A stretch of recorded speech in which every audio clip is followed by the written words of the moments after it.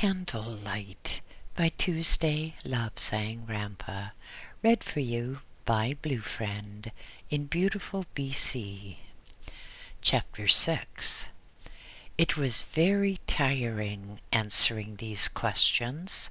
The old man lay there propped up on his bed, and Mr. Telly was sitting on the foot of the bed, shuffling a great sheaf of papers, and all the time he was continually fishing fresh scraps of paper out of his pocket, papers with fresh questions. Ever and anon inspiration would strike him, and he would grab a pencil and write out yet another question. When he was not writing out questions, Mr. Telly was doodling. He was a great doodler, and his doodles were most revealing. "Well, come on then, let's get on with these questions," said the old man. "What's the next one?" Question. If you are so strong and know so much, why can't you cure your illness? Answer. Now that really is the depth of absurdity. Let me tell you something. 15 years ago, I went to one of the most famous London hospitals. There I was very carefully examined, and the opinion was made that I had not more than 6 months of life remaining. I then went to another equally famous London hospital. They confirmed the estimate of the first, and that was more than 15 years ago.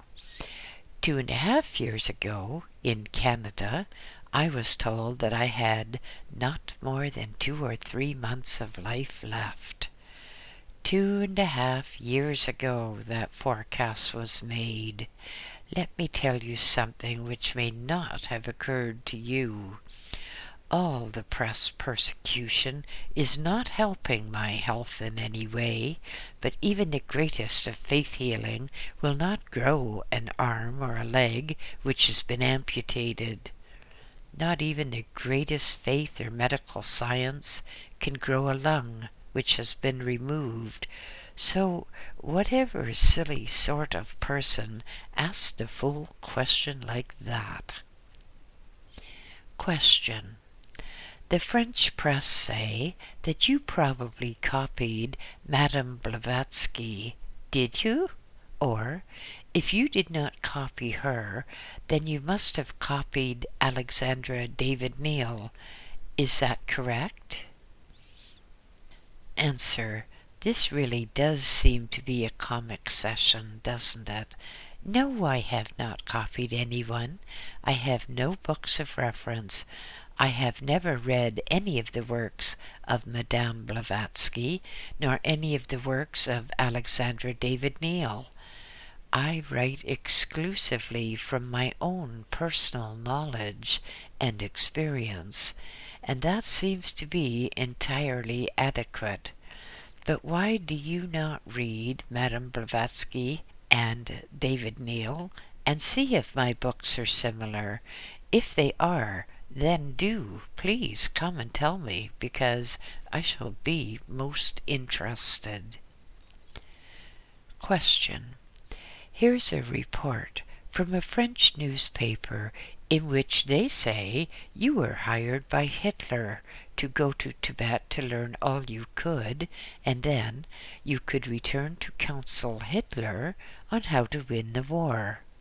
Answer. Well, do you seriously think I'm going to answer a question like that? I will, though, although you do seem to have been combing the mental homes to find the most crazy people to ask the most crazy questions. No, I have never been hired by Hitler to go to Tibet. If you want to know the truth, the real truth and nothing but the truth, then read all my books, which are in print, and then you will know the truth. Question. Will you tell us some of the questions you are asked? Reincarnation, for instance. People don't understand it. Transmigration, people don't understand that either. So will you answer questions about that? Answer. Well, I don't know what else there is to tell you. I have told you that if you read all my books, you will know all this stuff. That's what my books are about. If people read my books, they will know about transmigration. They will know about reincarnation. They will know about the aura. Question. Well, won't you give us just one thing about changing bodies? What is it like? Answer. I'll tell you what I will do. I will let you have an extract from the Rampa story.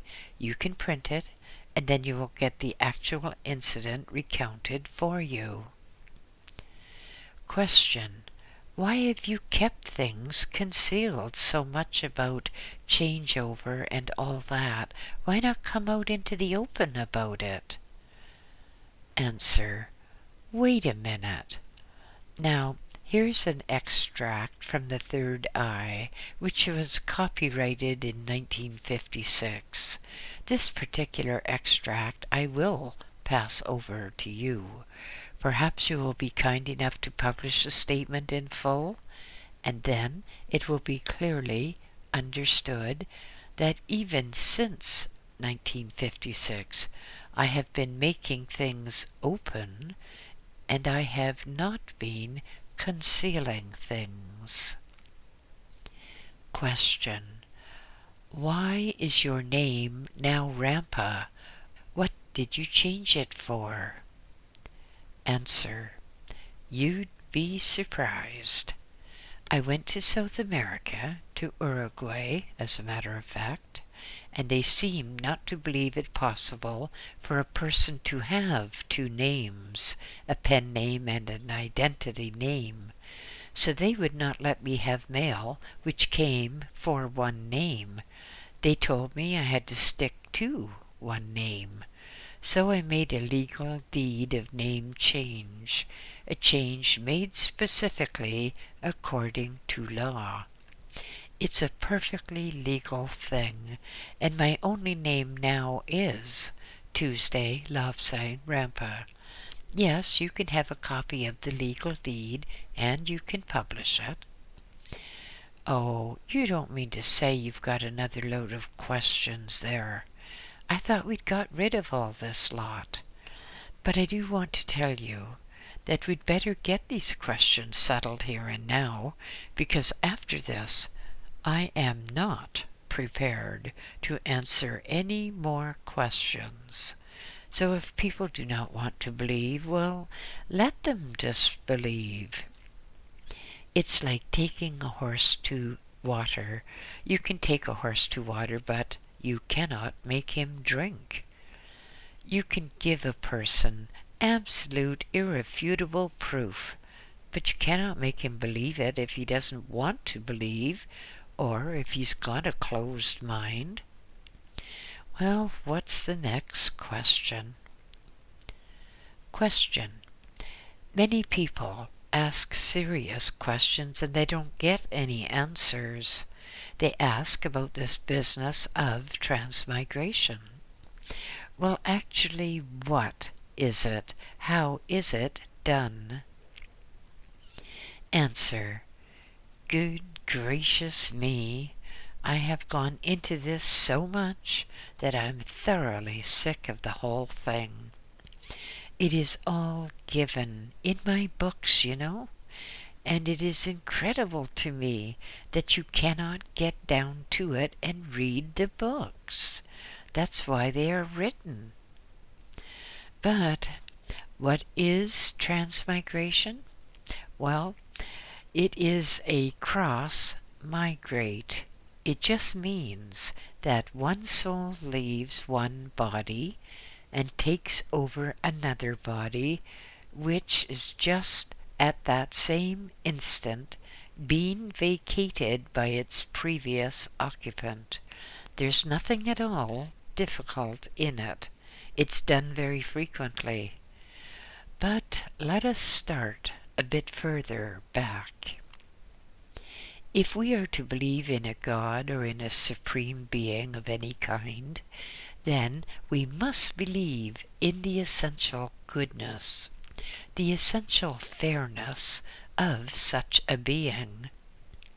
Now, if we are to believe that, and I'm only putting it like this because you are so appallingly ignorant of the whole thing, then surely we have a right to expect that a beneficent God will be fair to all.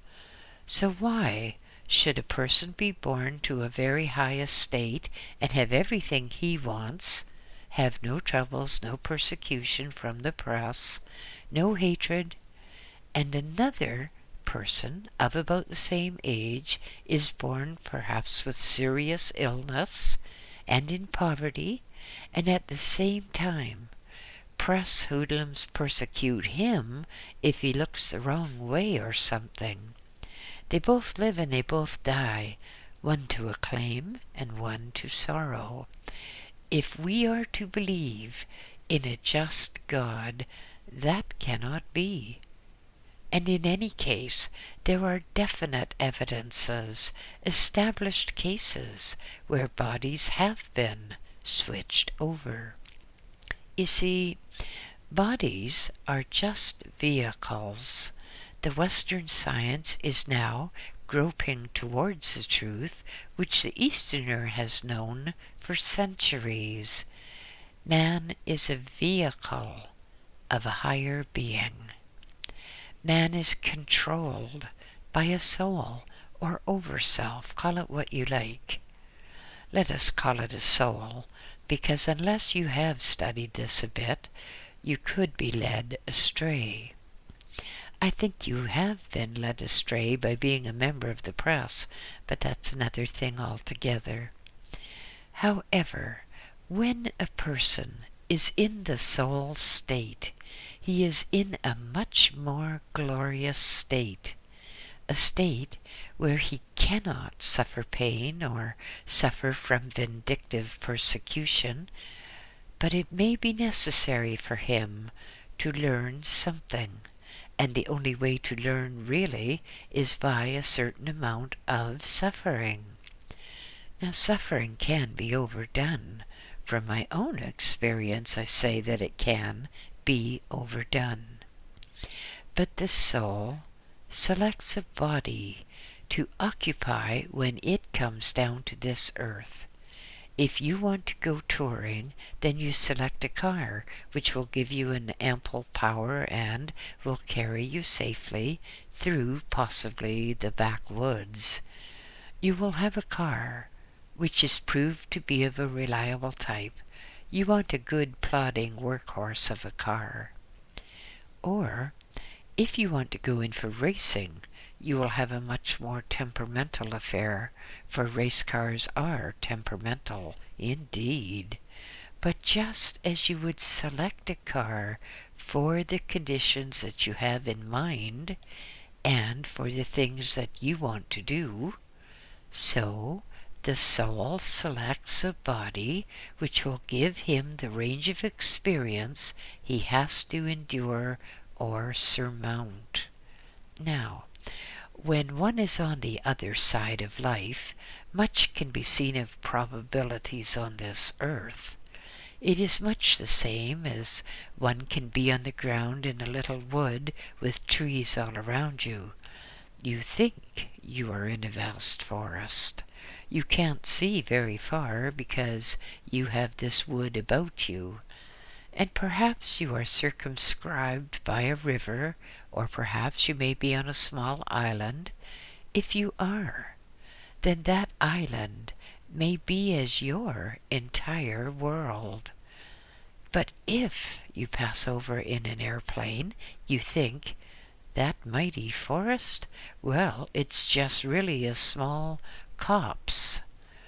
The island, which was your entire world, is just a spot in somebody's farm lot.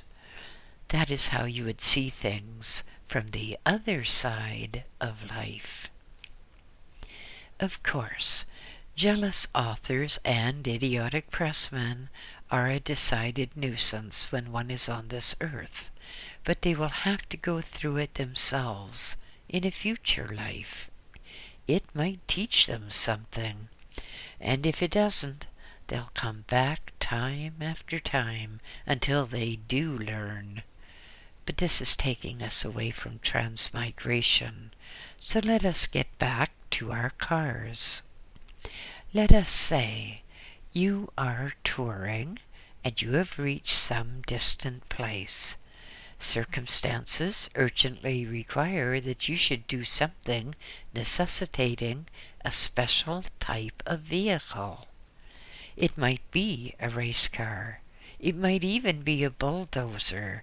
But the whole point is that you, the soul of the car, get out of your touring car and you, the soul, move over to, what shall we say, a racing car or a bulldozer. Let us say you move over to the bulldozer. You get in the thing, you do certain actions, and the bulldozer bursts into life. You, the soul, make known to the machine that which you need to have done. You steer the vehicle, you pick up all sorts of impressions from it, especially if you drop the thing into a big dip. But you are in much the same position as a soul taking over a different body. Question. Yes, but why should a man want to take over the body of another? That's the thing people ask. Why does one person take over the body of another? Answer. I thought it was perfectly obvious. I've tried to make it clear enough. But let us take the instance to which you are so obliquely referring. Here we have a person who most desperately needed a body so that he could continue with a task which had been set for him by others, a task not at all of his choice, not at all to his liking, but a task set at the insistence of others. His own body, through the cruelty of humans, was in danger of collapse. His own body was too old, too tattered, and too unsatisfactory for the task to be carried out through its assistance. Now, let us look at the other body. That was of a person who was heartily sick of life, a very sensitive person whose sensitivities had been beaten down by many unfortunate circumstances in his own life. He was a defeated man, a failure, if you like, and what may seem to be a failure to you was not a failure in his case. He may be the gainer in this, and you, who've tried to impede the task, well, you sure will be the loser. But anyway, this other body had a soul who was sick of living on earth, who, some time before, had taken the wrong path, and so he knew that his own task would not be completed in that particular life. He had contemplated suicide. He hoped to die. He wished that he could will himself to death. He wasn't happy. Yet his particular body vibrated on a fundamental harmonic of that other body which was falling to pieces. It was a body which would be compatible. Let me digress for a moment and remind you that you may like a car very much indeed, and then you may get into another car and it will remind you strongly of the car you just left. You get on with that particular car. But if you had moved from your own car to the famous brand X, you might have found that it did not suit your own temperament. So while it would work just as it would work for everyone else, you still would not be entirely at ease with it, not entirely happy with it, and all the time you would wish you had something better to suit you, more compatible with you. Not necessarily better engineering or better condition, but something better in the compatibility line. So in this instance, this particular person was able to contact the occupant of a body, and an arrangement was made. You'll find it all in the Rampa story. So why we have to keep on groaning away about this particular subject, I just don't understand. It has been written, it has been discussed, and throughout living history there have been many cases. Question. Yes, that seems clear enough, but it still isn't absolutely clear why this particular body was taken. Answer. I confess that I'm not at all clear about your question. Supposing body Y had been taken instead of body Z, for example, you would have been asking the same thing again. Why take that body? But I've already tried to make it clear to you. Because the two bodies had a fundamental frequency, a fundamental vibration, because they were compatible with each other, because the controls were similar, because as controls were similar, immediate takeover would be easy, because the body was there, ready to be vacated, and because the person was so willing and anxious. What more can one say? The significance of this case is that the body was there at the right time for the right purpose, and so it was not necessary to be like the gentleman of old who wailed and wailed, crying, my horse, my kingdom for a horse." The horse, or more properly, vehicle, was there, and that is all there is to it. The fact that the person was married was just a side issue, and, well, I suppose it wasn't adequately considered, and as it turned out, things were entirely satisfactory. And by the way, you're asking a lot of questions. Now, why shouldn't I ask a question or two and get your answers? So here's something which I want to know. You and I have been quite good friends, and I thought there was loyalty in friendship. I have tried to help you, but ever since we heard this affair, this report, your attitude has been very antagonistic. But I am the same person. There is nothing coming out now that didn't come out some 12 or 13 years ago. So why have you changed?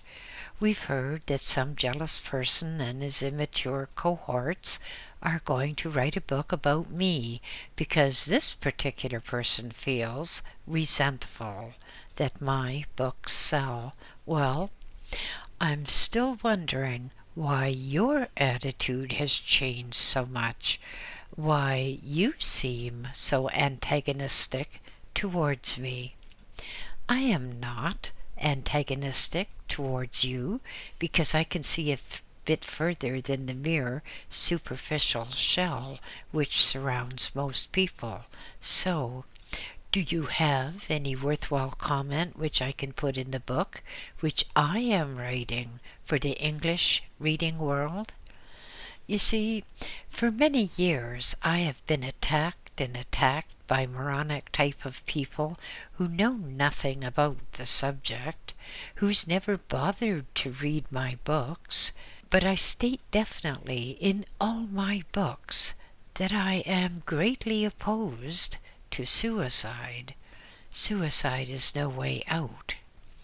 And yet the press, of which you're a member, attacked me and said I was encouraging suicides. I got in touch with the press in England and challenged them to show me any place in my books where I, in any way, encouraged or condoned suicide. They did not take up my challenge. Now, are you going to take up my challenge? Have you truly read all my books? All the salient facts about me are given in the Rampa story. Have you read it?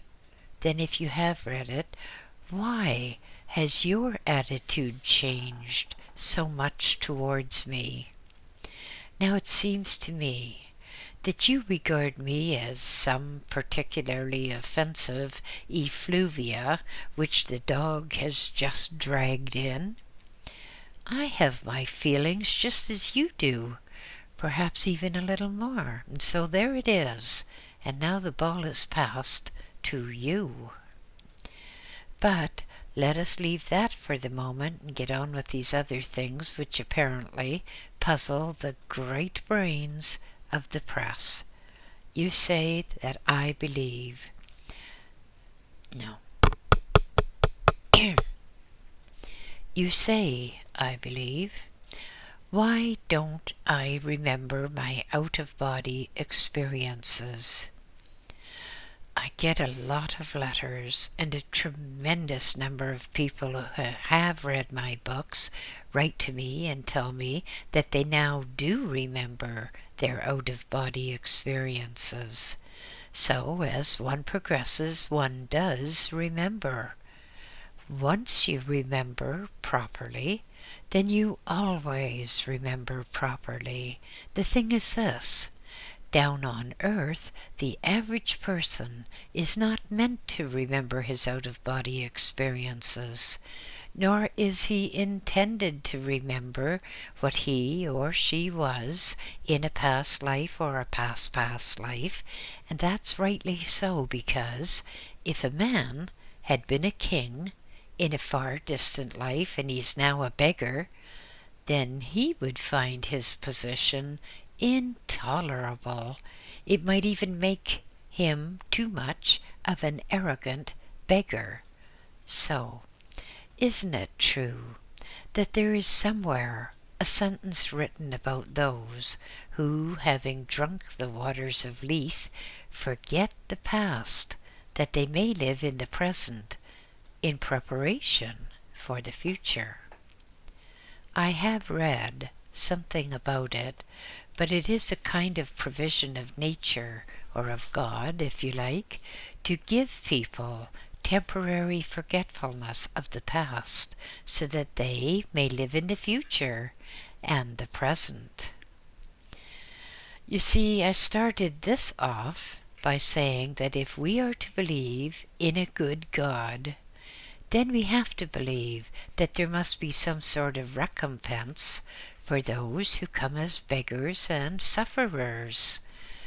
Otherwise, if there's only one life, how can you, Mr. Pressman, explain the fairness of a God who lets one person come as a very wealthy man with all the position and power he wants and no troubles, and another comes as a deformed person, perhaps even mentally impaired, and in poverty?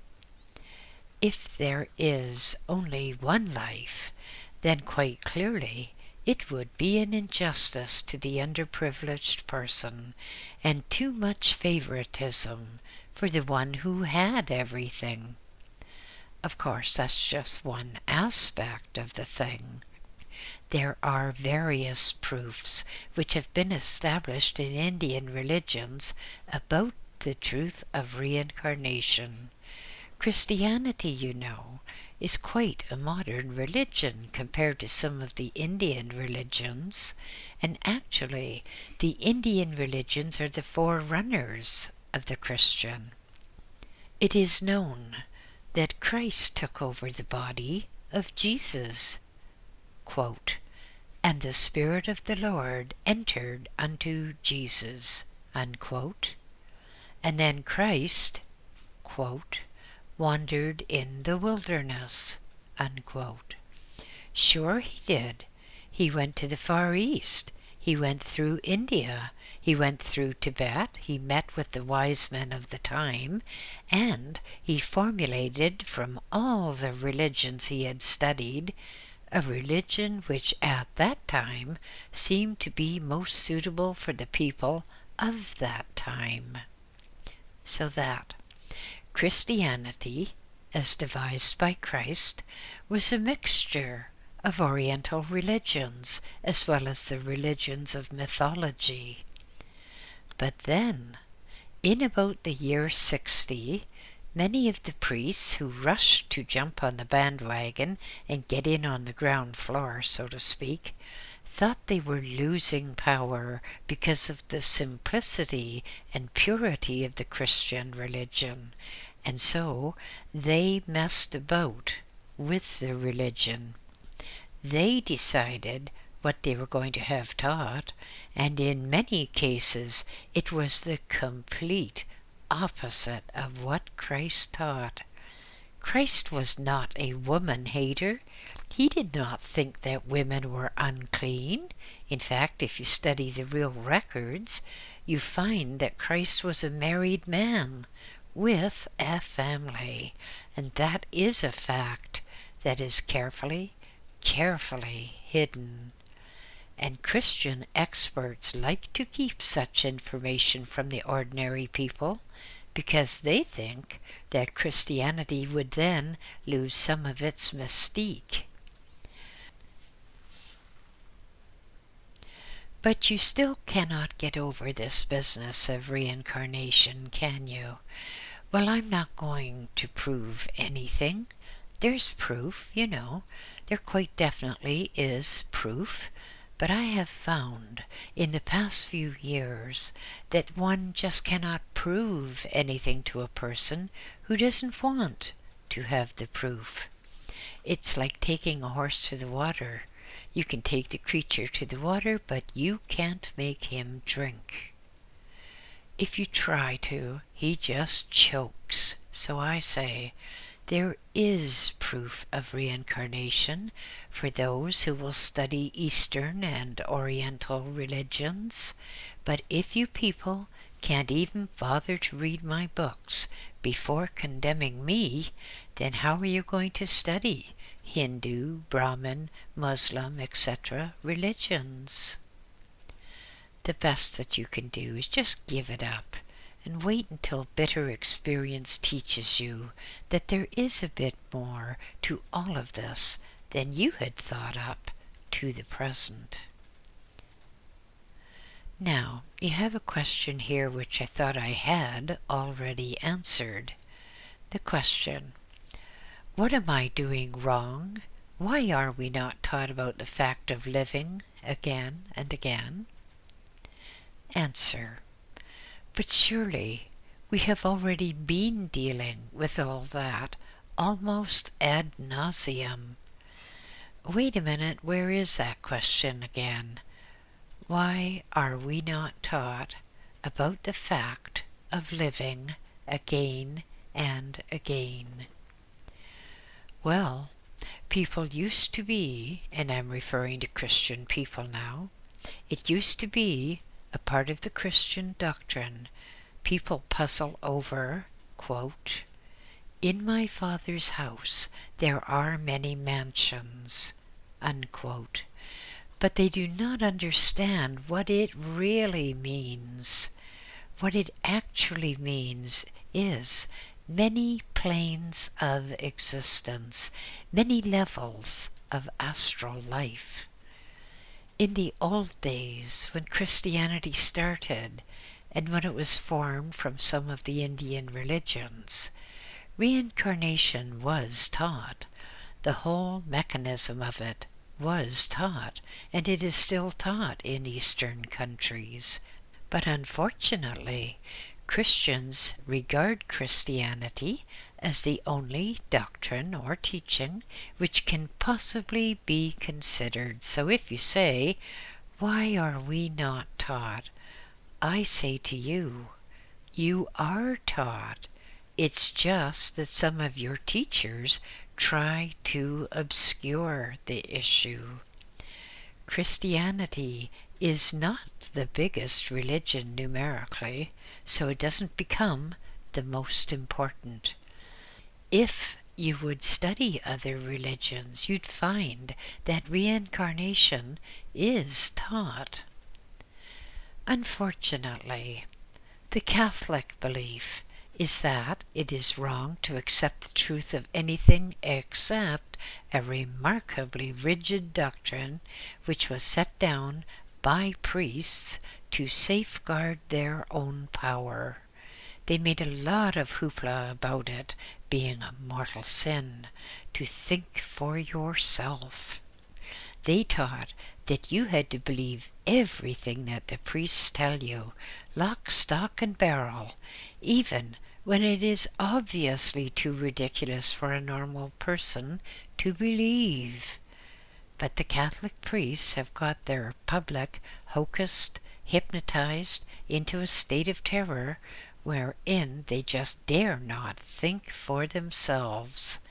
Even the Pope nowadays seems to think there's quite a lot wrong with the Catholic religion, and that's why he is making so many changes, isn't it? And even the Dalai Lama has admitted to the press, I believe, that he was not a reincarnation of Chenrezig. I believe I'm correct in saying that he gave the complete circumstances of how he was picked to be this Dalai Lama. But if you study, you will find out, yes, there is the truth of reincarnation available for those who are prepared to accept the truth and who do not go about with their eyes glued shut. Question: why do we live beset by problems? Answer: if you go to school, if you go to college, you have problems all the time, and you have to solve the problems. You go to school to learn things and to learn how to solve problems. If you're in the arithmetic class, for instance, you're given a problem about a man who can mow a field in so many days, but how quickly will the field be mowed if you use 3.5 men and a dog, or something like that? It's all questions.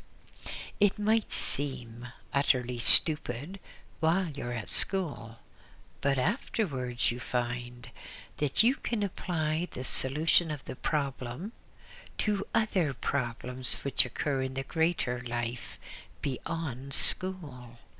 In the same way, down on this earth, there are all manner of problems, and the more evolved a person becomes, the harder his problems become.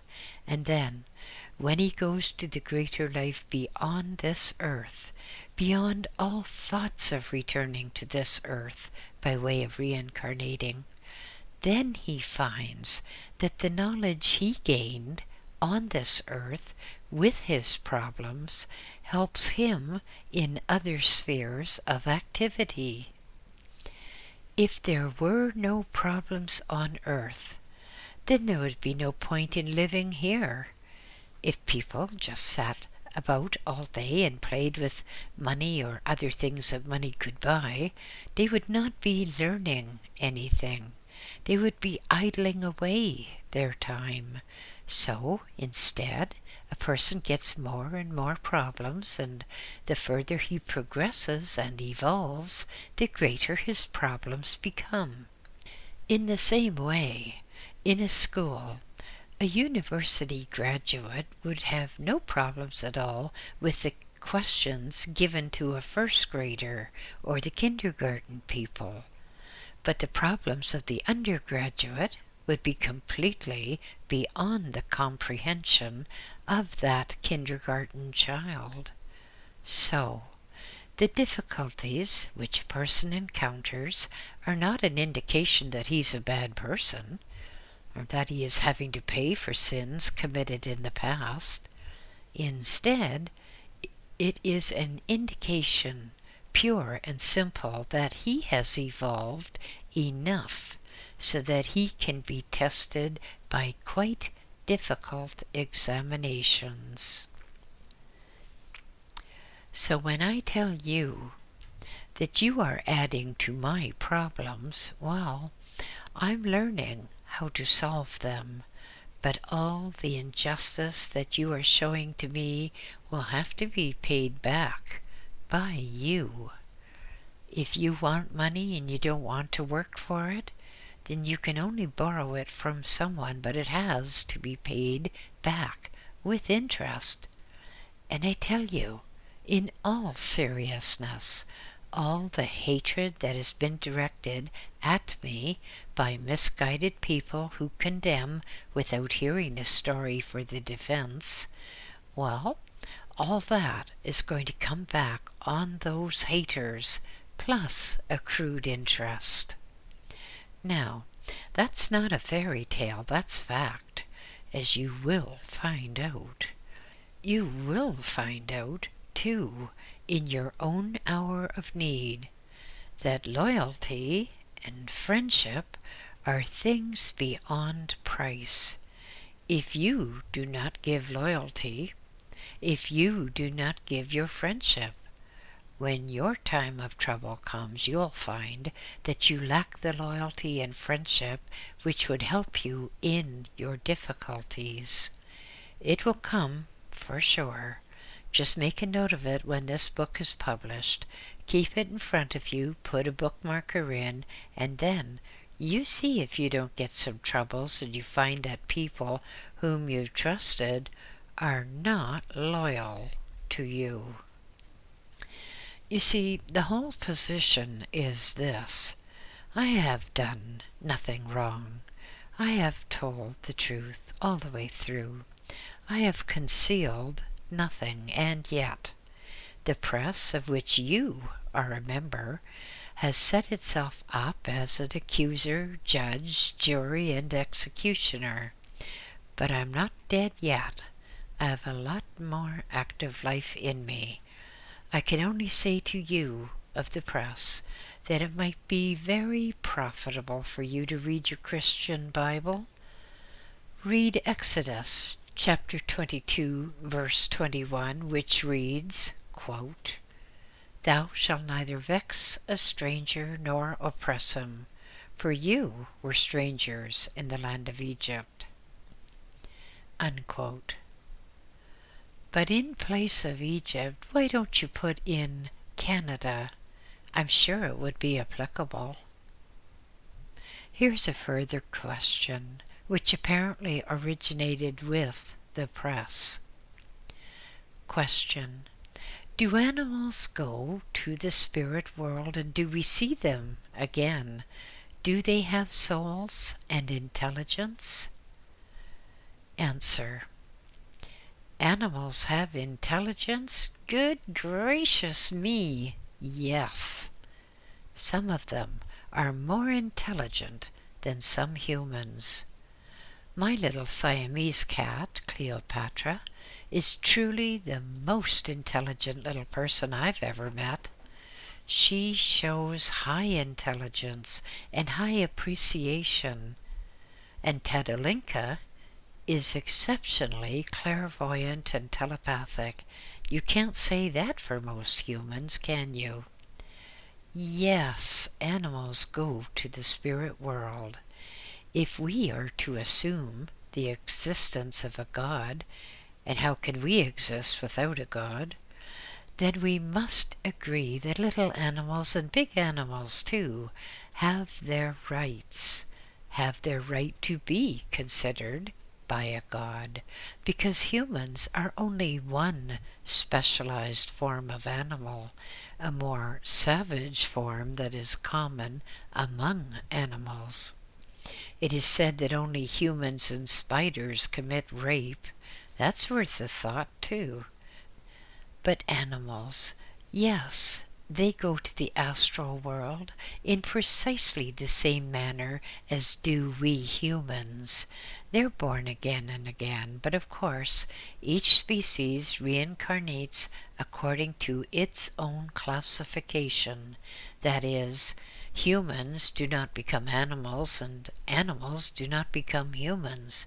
They are different things altogether. But again, if you've read all my books, you will have read about cats and what they do in this life.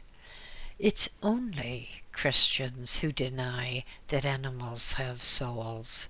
But then, most Christians show little appreciation for their own souls. They do whatever they can to harm others, always ready to take the advantage. But animals do not do that. Animals kill only to eat. They don't murder for money and all that sort of thing. They live according to the law of nature, which is how they have to live. But you've never heard of an animal going out shooting partridges or ducks just for the fun of it. You've never seen animals rushing along a road trying to run down a weaker animal just for something to do. Humans do that. The answer to your question is yes. Animals have souls. Animals have intelligence. And yes, if a human and an animal want to meet on the other side of life, then they can do so, provided both want it, because the human is not the Lord of creation. In other worlds and in other existences, humans are not much more than the earthworms are on this world. Question: why will you not see people? Why will you not be more sociable and mix with people? Answer: well, I've already answered this. I have already told you that everyone has a right to decide if they're going to meet people or not. And quite bluntly, why should I meet press people? My attitude about the press is this: press people go out of their way to try to prove me false, to try to prove that I write lies. But my dear man, fancy the press of all people, doing this. Who are they to set themselves up as judges? Before the press can write about the lies or alleged lives of others, they should make sure that their own conscience is clear. It has come to a bad thing, you know, when the Pope and the bishops and other equally important people have to ask the press to be more truthful. And yet, these are the people who try to judge me. It makes me laugh. But you know, there is a very good reason for remaining what I can only term as solitary. I have different abilities, different powers, because, at risk of repeating myself, I'm going to tell you that all my books are true, and I can do every one of those things that I write about. But that means I have different sensitivities from the average. I cannot do some of the things which the average person takes for granted, but because I live alone, I develop other senses. Look at it like this. If a person is blind, then he develops an increased sense of touch or an increased sense of hearing, which in some degree compensates for the loss of sight. Again, if people live in a herd, then they all come down to the common herd level. But if a man goes away into the wilderness for a time, he finds that his senses become far more acute. His sight becomes more acute, his hearing becomes more acute, and so does his sense of smell. Trackers who live in the wilds have a very, very keen set of senses. In fact, some of the Aborigines in Australia can track a man several days after he passed that way, when there is no sign of anything at all unusual to the average white man. So if a person is going to develop and retain special abilities, he has to live alone. If he mixes too much, then his sensitivities become blunted. You find monks living as recluses will get increased power. They become telepathic or clairvoyant, but they call it communing with God or something similar. Actually, it is just that which happens in the normal course of events. But if you wish to develop, then you have to be alone, and that is all there is to it. Perhaps I should say that what really happens is that when you get a lot of people together, you get some with negative auras and others with positive auras, some with strong thoughts and some with bad thoughts. Everything's mixed up, and it leads to a depletion of nervous energy. How many times have you felt drained, depleted, tired out after going and mixing with a lot of people? Suppose you go to a big party. Everyone's drinking and chattering and dancing about from place to place.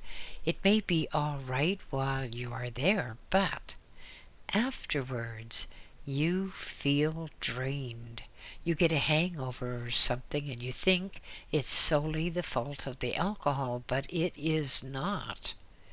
It is through draining of the nervous energy through mixing with so many people of conflicting auras. Suppose you get a whole bunch of magnets and you toss them about in a pile together. Some would cling to some, and others would be repelled, depending, of course, on which way their poles were facing. That is, whether they were positive or negative. And people are just the same as that, because the vehicle, called a human, is after all just an electric device. There are brain waves. Well, it is admitted nowadays that there are brain waves. It is admitted that thoughts can be charted with squiggly lines on paper, and brain voltages can be readily measured. So all these are in conflict when they are too mixed up with the others. Every person has a basic note. I might call it a music note, except that some of the frequencies are not too musical after all. But every person emits a noise like static with a hum behind it. You may have heard something like this if you got close to a beehive. But people buzz and tick and hum, and humans are so utterly used to it that they no longer notice it. Question: what do you really think about meditation? Answer: meditation is a very real, very necessary thing. American researchers have recently found that when a person is in a state of meditation, his general metabolic responses are considerably affected. His blood changes, his general being changes, and all this can be detected very readily by instruments. The worst thing about meditation is all the rubbish being written about it. All these cults, correspondence courses, etc., etc., are absolutely unnecessary. You don't need all this guff to help you to meditate.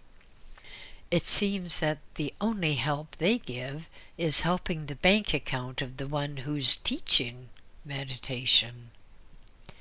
Meditation is natural. It's as natural as breathing. It is as natural as thinking. But the fantastic tales which go around about how to meditate and what meditation is, well, it's enough to put anyone off. One of the biggest difficulties, of course, is that there are so many fakes in occult work. But that again is the fault of the people, because if people as a whole would be more open-minded, then definite research could be done in the matter of investigating what was genuine and what was not genuine. This is a thing about which I feel very strongly.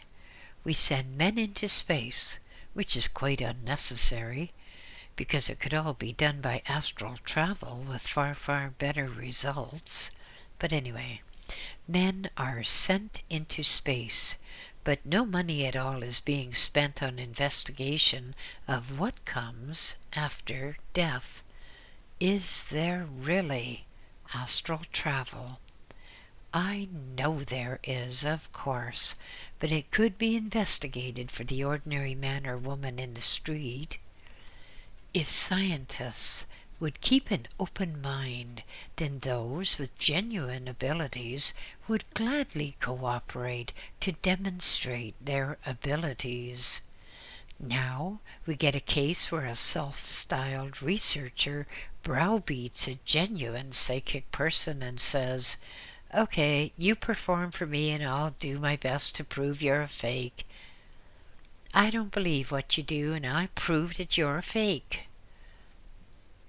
In such conditions, proof cannot be given, because some of the occult sciences are very delicate things indeed, very fragile things indeed. They have to have the right conditions. You wouldn't suddenly say to a photographer, "Okay, I'm coming into the dark room with you to see exactly what you're doing," and then go into the dark room and switch on all the lights. That would ruin whatever the photographer was trying to do, and it would be too stupid for words. So, if there is to be proof, there would have to be researchers who were sympathetic. They would not have to commit themselves to believing, mind you, but they would have to be sympathetic. They would have to keep an open mind and be ready to accept. It is the brutality of the present investigation that shocks the psychics into refusing to cooperate, and of course the press must bear the greatest responsibility for that, because they come along with their blaring, trumpeting voices and their hard-boiled, skeptical attitudes, and they are not ready to believe anything, even if it is proved. If a thing is proved beyond any genuine doubt, then the press will insist there must have been some trickery somewhere, and it's just too bad for the moment they can't point out where or what that is. Anyway, the time will come when it will be necessary to carry out a proper investigation into what is death. What comes after death? The press says you can't weigh a soul. No, but who wants to? A soul is in a different dimension. They're using the wrong yardstick. Everyone consists of a bunch of vibrations, just as a radio signal is, in effect, a vibration or a frequency or a wavelength. Humans are on part of a certain spectrum. While down here on Earth, we have weight. We can feel resistance if we poke something which we consider to be solid. But if we go into a different dimension, then the things that, down here, are solid are no longer solid. In fact, they may be so insubstantial that they cannot be perceived at all. A similar thing happens to the other side of the scale. A soul departs from a body, but it is on a different time, a different dimension, and so the crude three-dimensional equipment cannot detect it. When we get scientists who will listen to the advice of occultists as to how things can be tested, then indeed adequate proof will be coming forward, because there are genuine occultists. There are, of course, many fakes, but there are quite definitely thousands of genuinely occult people who can do what they claim to do. They should be preserved, and the fakes should be weeded out. Question: how do you say one should learn to meditate? Answer: I have gone into that quite a lot in my books. There is no difficulty at all in it. The main difficulty is caused by people who won't believe how easy it is. They want to work hard at it, and so they're busy working hard at it, that they don't get results. If you want to know how to meditate, then read my books. After all, even the press should read the books before they attempt to express any opinion, because if they just blare out an accusation without having read the books, then how can they possibly know what they're talking about? Not that they do in any case, but let us be fairly polite, even to the pressmen. Question: what is this astral stuff you're always talking about? Is there anything to it? Answer: yes, there most definitely is. There absolutely, definitely is. But it's a very difficult thing to explain to a person who doesn't want to believe, wherein the case of a sighted person trying to explain to one who was born blind the difference between, let us say, orange and pink, or two shades of green. How would you explain to a person who's never had sight what was the difference between a cabbage green and a lettuce green? Or the difference in color between an orange and a lemon? How would you set about it? I've already said that you can liken the human body to a motor vehicle, and the soul, or astral body, whichever you like to call it, can be likened unto the driver of the vehicle. Now, if you go out driving and then you return, you switch off the engine of your car and the car stays in a certain spot. You get out and go somewhere else. That is just how it is in astral travel. The physical body is tired out, perhaps. You might have done a little work trying to chase up a scandal story or something, and then you've had a lot of entertainment, and after that you're tired. You come home and you go to bed. That's like parking your car. You have parked your vehicle when you go to bed. Then you switch off. In other words, you go to sleep.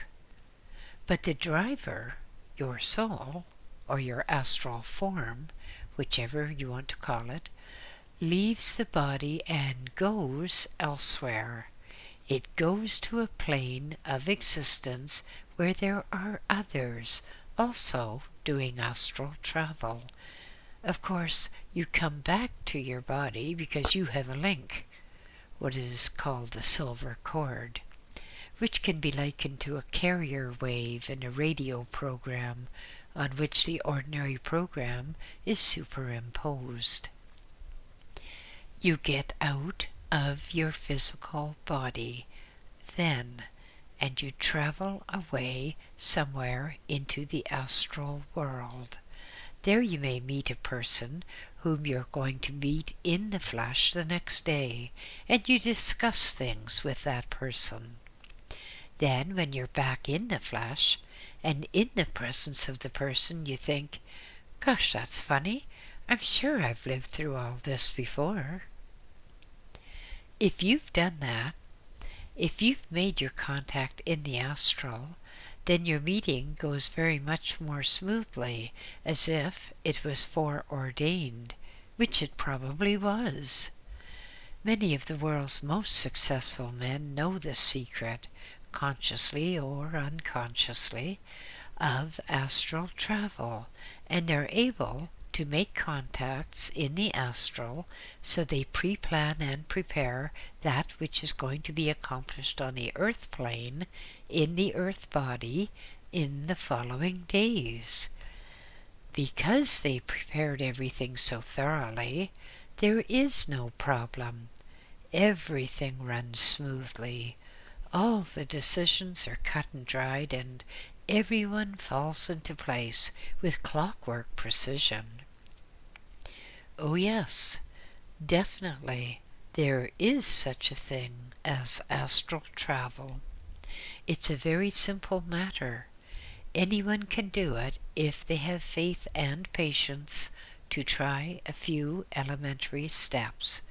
But of course, if you're going to start off with a whole load of disbelief and dislike and all that sort of thing, then you will not remember your astral travels. I state quite definitely that everyone does astral travel, because you wouldn't imagine a fellow parking his car and just sitting in the thing until the next day, would you? He would have to get out and stretch his legs. He would have to get out and have food or something. In just the same way, every person gets out of the body and into the astral, but many people do not remember their experiences because they are afraid to, or because they just don't believe in such things. Some people have dreams. Now, frequently the dreams are rationalizations of what actually happened. The person is a doubter to start with, and just would not believe the possibility of astral travel, and so, as a solution to what would be a difficult problem, the subconscious of the doubter cooks up a fantastic image or dream which truly is stranger than anything that could have happened in real life. Dreams, then, are either the rationalization of an astral experience or the mindless wanderings, thoughts of a body of which the soul or astral form is away so far that no check is being kept in the mental processes of the sleeping form. Again I say, yes, you can do astral travel consciously. Everyone can do it when they sleep. Not everyone remembers it. People with a little training can do it while they are awake. It is very, very interesting. The biggest difficulty is that you cannot carry anything with you, which is a bit inconvenient at times. So, you want to ask more questions, do you? Well, in this instance, I will answer your questions because, as I said, I propose to use this material in the book, which I am now writing for the English version, and which I started about a month ago. Your next question, then. What is your comment on pollution, its causes, its problems, its effects, and solutions? Answer. Undoubtedly, there is a very grave problem with pollution, but of course, everything is entirely man-made. Nature doesn't cause pollution. Nature tries to overcome pollution. First of all, man is depleting the atmosphere of oxygen. In Brazil, one of the rainforests is being cut down, and it is estimated that, if that is done as now planned, there will be, in 30 years' time, 1/3 less oxygen in the air than there is today. That's very serious indeed, because the less oxygen, the more pollution. So humans are committing suicide in bulk. There are other problems which arise when forests are cut down. The Americans found out that after they cut down their wooded areas, they had dust bowls as the result. Trees, in addition to providing oxygen for the atmosphere, also hold the topsoil together. The roots of a tree go deep into the topsoil and hold the soil together so it cannot blow away. The trees also help in the conservation of moisture in the soil. They keep the ground alive. But when the trees are cut down, there's nothing to hold the soil together. The nature of the whole area changes and it becomes more arid. And so the soil dries out, and because of the lack of moisture, the grains of earth do not adhere together. The winds come, and there's nothing to stop the winds, and they sweep across the face of the barren earth, carrying off the soil. It may be blown into the rivers, it may be blown into the sea, but anyway, in just a short time, what was a healthy, fertile region becomes a barren desert made by man. One of the biggest troubles with the earth is this awful petroleum muck. That is indeed a curse. Steam engines are the things, because steam does not pollute, and the moisture in steam returns to the earth and helps it, whereas the horrid fumes of petroleum products poison everything. Everything. Look at a jet plane taking off or landing. Look at the filthy stuff spewing out astern, dropping out oily film over everything in its path. 50 years ago, there were steam-propelled motor vehicles, the old Stanley steamer, for example. Well, nothing can approach that at the present time. The Stanley steamer was extremely comfortable and exceptionally fast.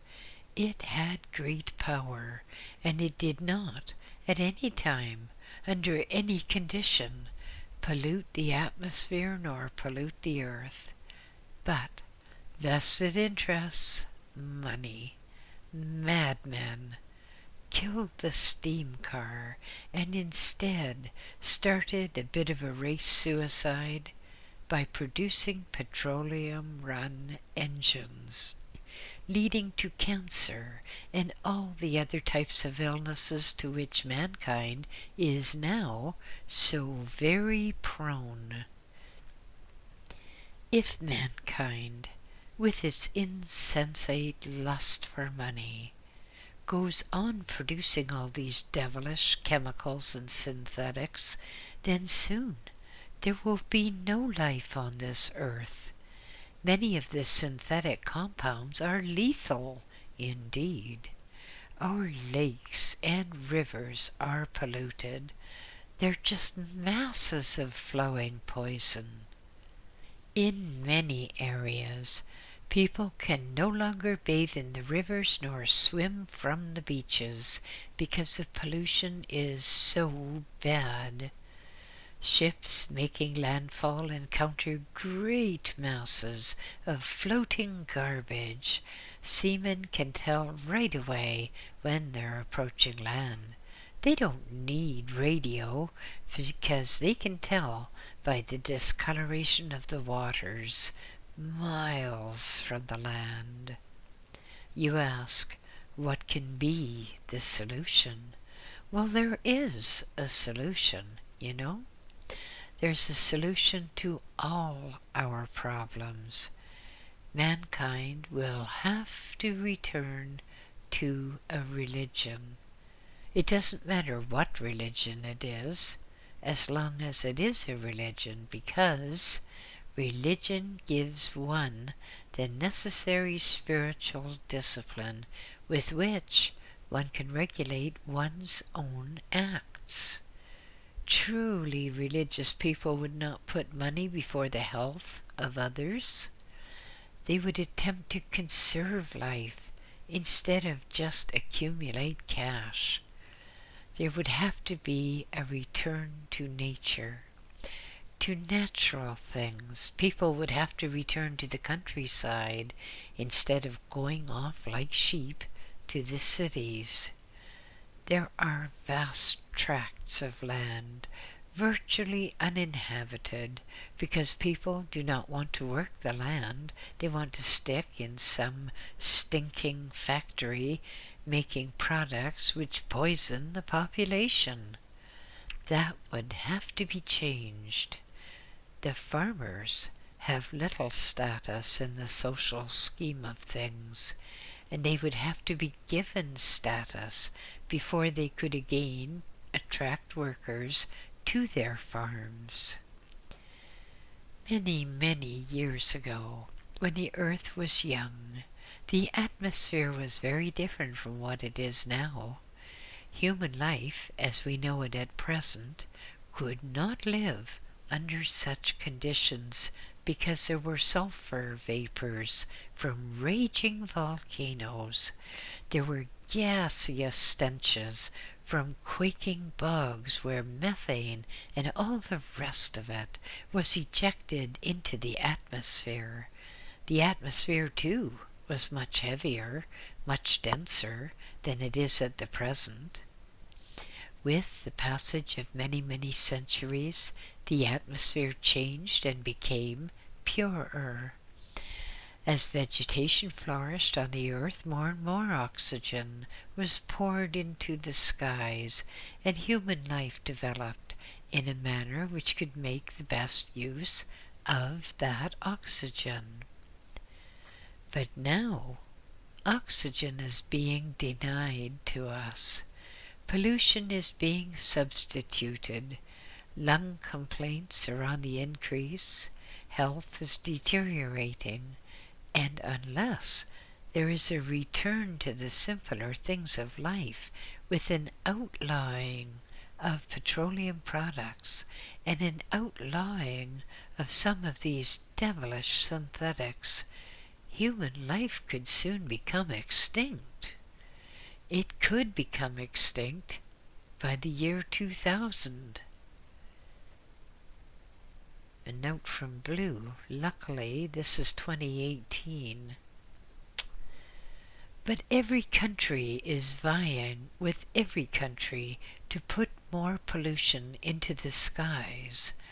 They call it social progress. Countries are in competition with each other. How much of the forest can be cut down to be made into paper for useless newspapers? I have long stated that the press is the most evil force on this earth, and I firmly believe it so. And one of the ways in which the press is evil is that it uses such a vast amount of paper.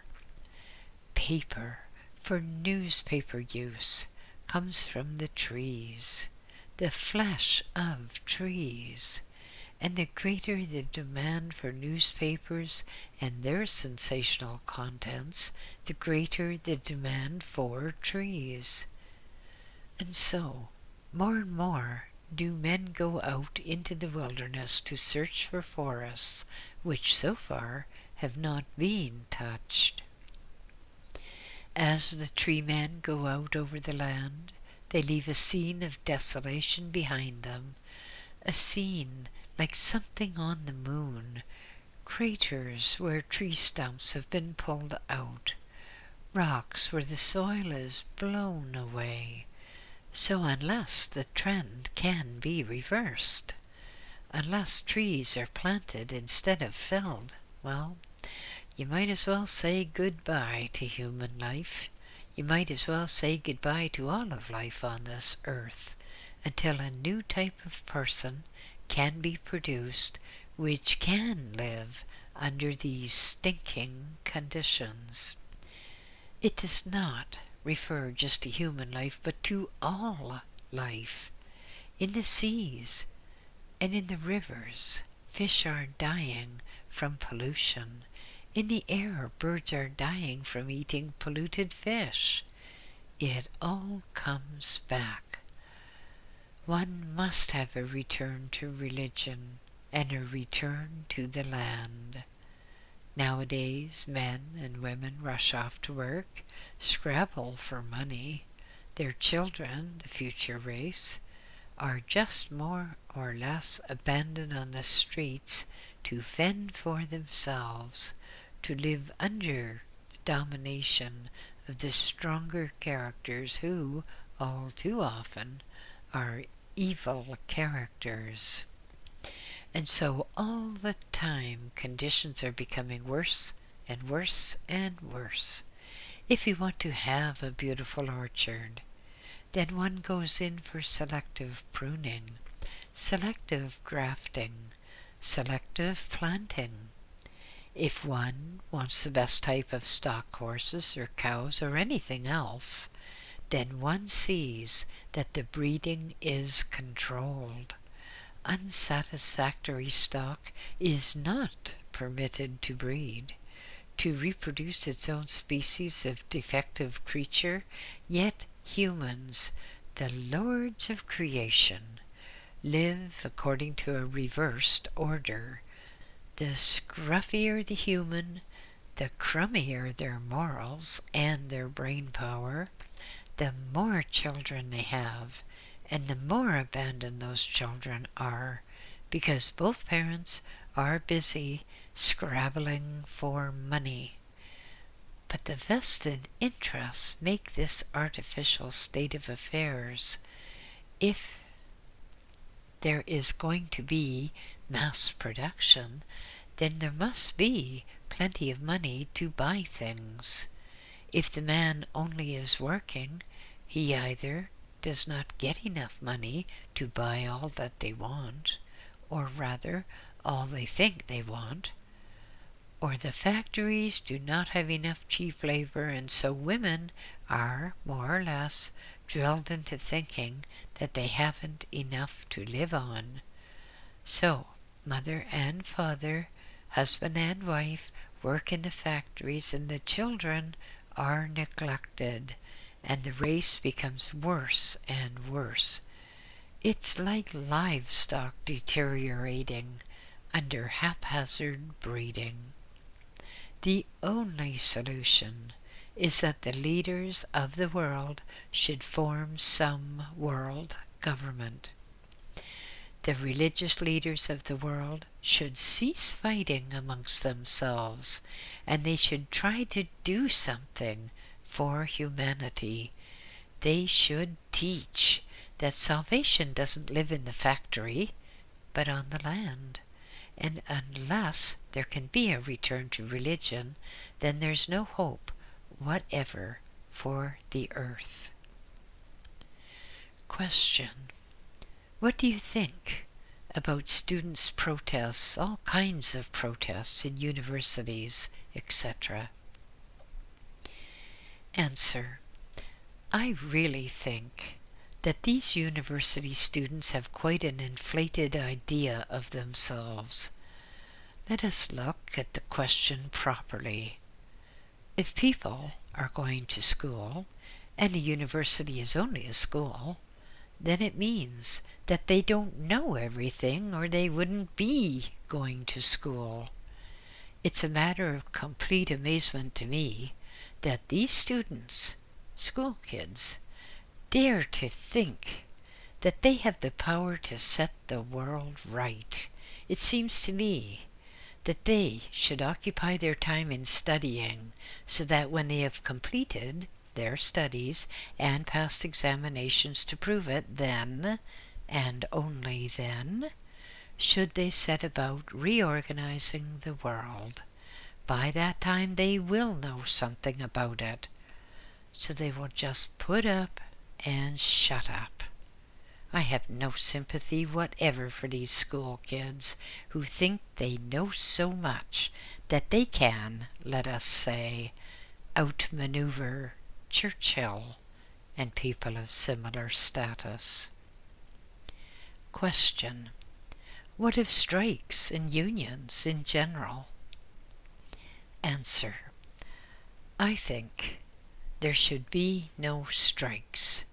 Strikes are a vicious form of blackmail.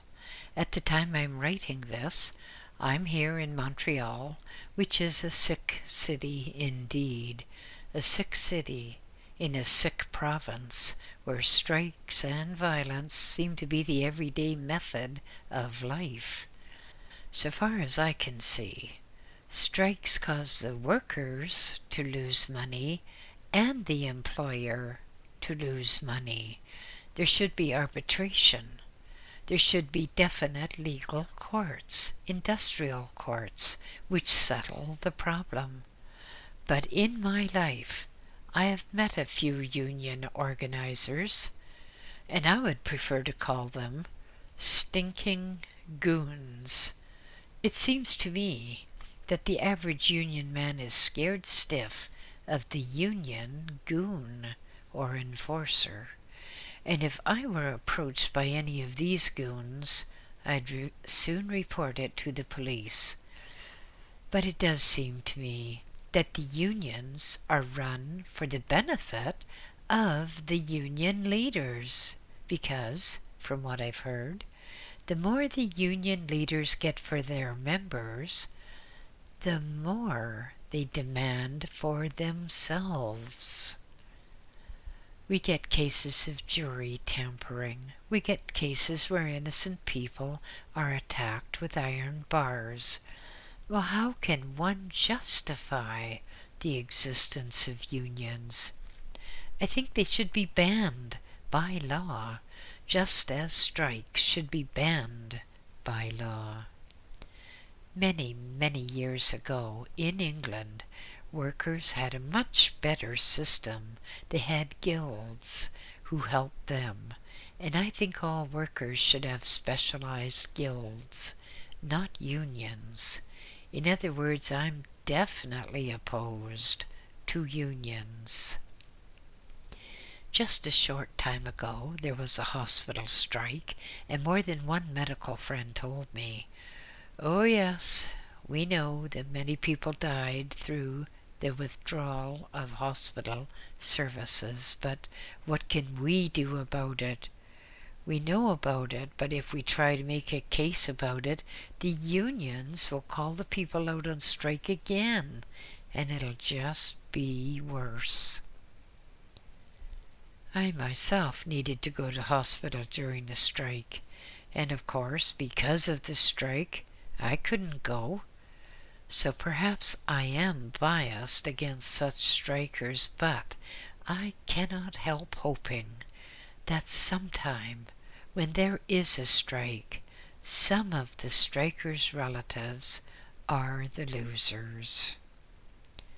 Question: the violence in the world, what do you think about it? What can be done about it? Answer.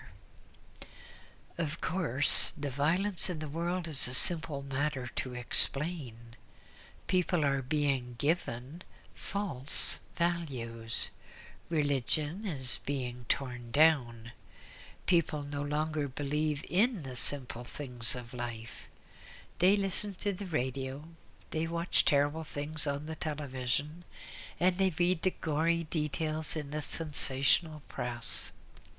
So, people are conditioned by the radio, by television programs, and of course, hotted up by the press, who glorify in gore.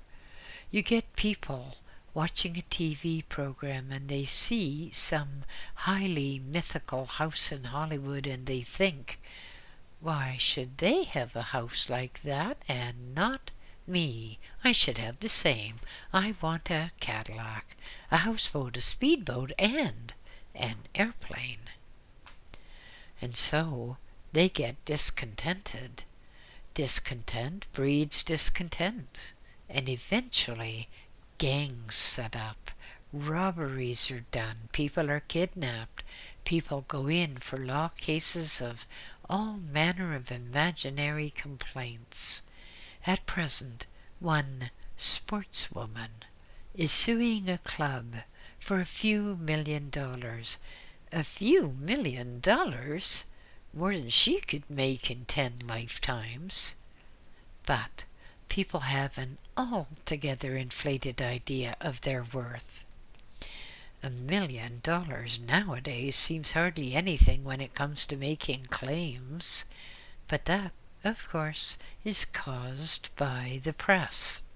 The press egg these people on to do these foolish things because if the people didn't have such crazy ideas, the press would have less to write about. Many years ago, I was told that the press didn't want the truth. They wanted to print what people thought they should read.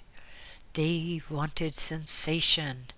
And I was told that no matter if I wouldn't give an interview would be dreamed up. Here's a little example. Last week, a Tibetan woman was widely quoted in the local press. It was stated that she gave an interview to the press and said all manner of remarkable things. But the woman complained that she hadn't even met a pressman. No pressman at all had approached her. There'd been no interview, except in the press reporter's imagination. Having suffered from that myself, I quite believe her, and I do not believe the press on principle. But the violence is caused by lack of parental supervision. The fathers and mothers work in the factories, and after that they have to rush to the pubs or to bingo or anywhere else. And the children, legitimate or illegitimate, are left to fend for themselves on the streets, and to be contaminated by the stronger and usually more evilly disposed youths who rise out of the maelstrom. Again, only a return to religion can save this world. The human animal is deteriorating, becoming less and less able to decide which is right and which is wrong. The religions of the present day are staffed by men with clay feet, not able to teach religion, but instead more intent on dabbling in politics and presumably getting a bit more money from that. Priests should be priests. Priests should attend to a person's soul. They should not bother with a person's politics. So it is. You've asked me a question, and I say that unless there be a return to religion and a definite censorship of the press, there's no real hope for humanity, which is all the time deteriorating. Question. What do you think of the Vietnam War? Answer: well, I would like to heartily congratulate the Vietnamese. I think it's highly amusing that what the Americans have regarded as poor, ignorant little colored men first can stand off all the might of France, and now all the might of America. America cannot win in Vietnam so long as the people there are of good spirits. What's the point of dropping 100,000 tons of bombs on marshland? It makes a frightfully muddy splash, I agree, but it doesn't do much harm. The real type of war is that which the Vietnamese fight, guerrilla war. And if the Vietnamese were as vicious as the Americans pretend, believe me, the Vietnamese would chase the Americans out of Vietnam as if their pants were on fire. Because the Americans, well, there seems to be a lot of graft out there. The Vietnamese go about their particular tasks trying to ensure that their country continues in the way they want it, not in the way the Americans want it. End of chapter 6.